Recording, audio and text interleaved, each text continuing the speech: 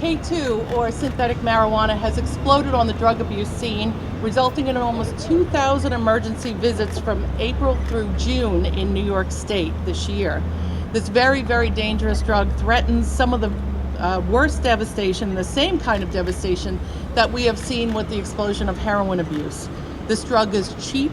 It does not show up on some of the common drug screenings that are currently in use, and the sale of K-2 is currently not a criminal offense.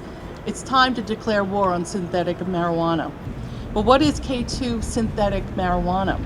Well, synthetic marijuana is a chemical cocktail that is mixed with dried vegetables or cardboard designed to replicate the effects of THC, the active ingredient in marijuana.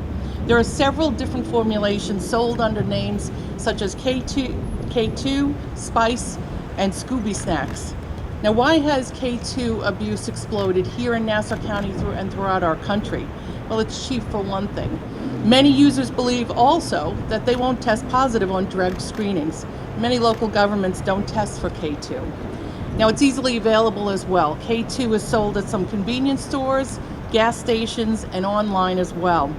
Now, of course, selling K2 at this moment is not a criminal offense. It's merely a state health code violation. Now, what's so alarming about K2? Many times it's called in the media and elsewhere that it's synthetic marijuana, but that really is a misnomer.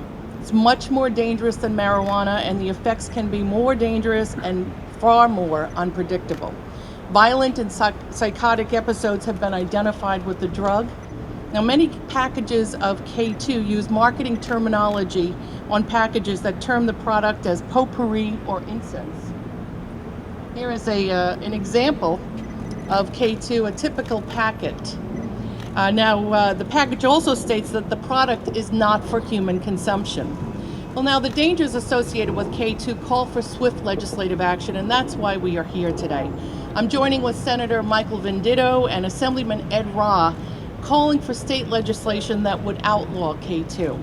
The law that we're promoting also would apply penalties for the sale and manufacture of K2 that are consistent with the penalties for marijuana sales. You could ask anybody who works here at NUMC whether or not it has harmful effects on the mind and on the body. It certainly does. And it is incumbent upon us, your local legislators, to craft legislation that deals with the reality of the situation. Over the last few years, there's been a lot of talk on this in Albany, but we haven't gotten quite to the finish line in getting legislation enacted into law. The governor took some actions a few years ago with the Department of Health, as Supervisor Murray mentioned, so that it is within the administrative side of things, but we need to follow through with actual criminal sanctions, and the only way to do that is by legislation passed by both houses. The bottom line here, the people in Nassau County and Long Island, if you don't think there's a drug problem, you're in denial. We see it every day as police officers, the hospitals see it every day in the emergency room.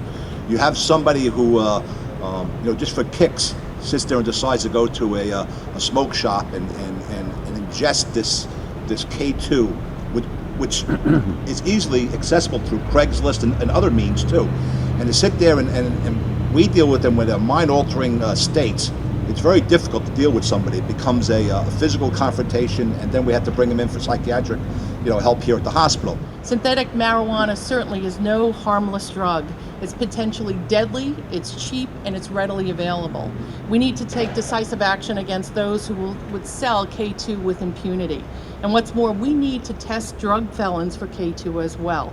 Not testing makes screenings incomplete and exposes innocent people to the dangerous and psychotic behavior brought about and incurred in K2 abusers.